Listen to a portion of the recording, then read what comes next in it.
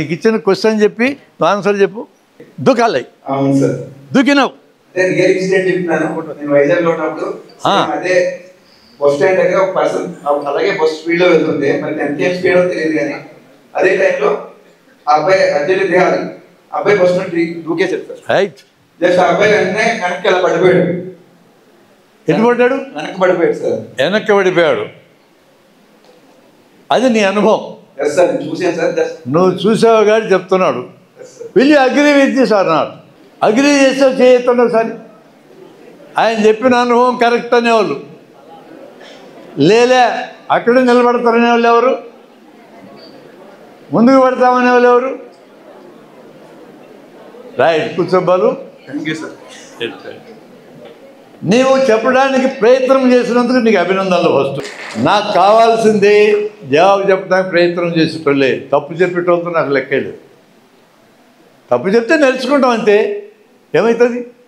ఏం కాదు. ఈ సమస్యకి కరెక్ట్ పరిష్కారం 400 ఏళ్ళ నాడు సైంటిస్ట్ చెప్పాడు. ఆయన పేరు సర్ ఐజాక్ న్యూటన్. బస్సులో మీరు పోతున్నప్పుడు బస్సు వేగం మీ శరీరానికి వస్తుంది.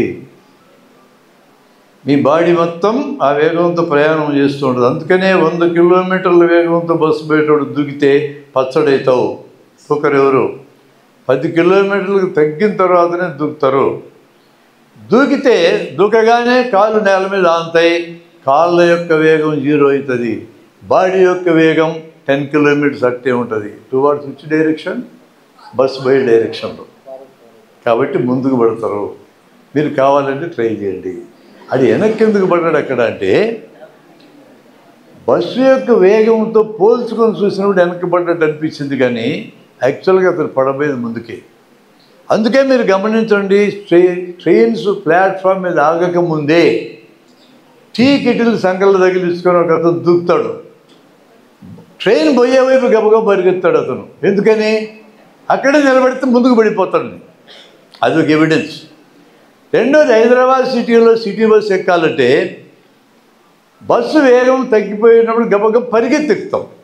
నిలబడి అట్టే పట్టుకోవచ్చు కదా. పట్టుకుంటే నీ చేతి వేగం బస్సు వేగం అవుతుంది, కాలి వేగం 0 అవుతుంది, ఈడ్చుకొని పోతావు.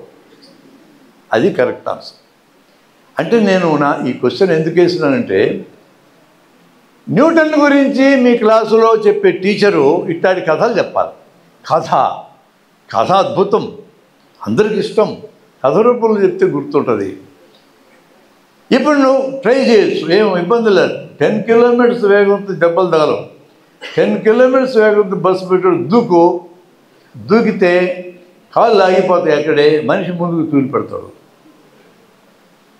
ఆయన అనుభవాన్ని నేను తప్పటంలా. ఆ అనుభవం రావడానికి కారణం వేరే, కానీ న్యూటోనియన్ థియరీ ప్రకారం ముందుకు పడతారు.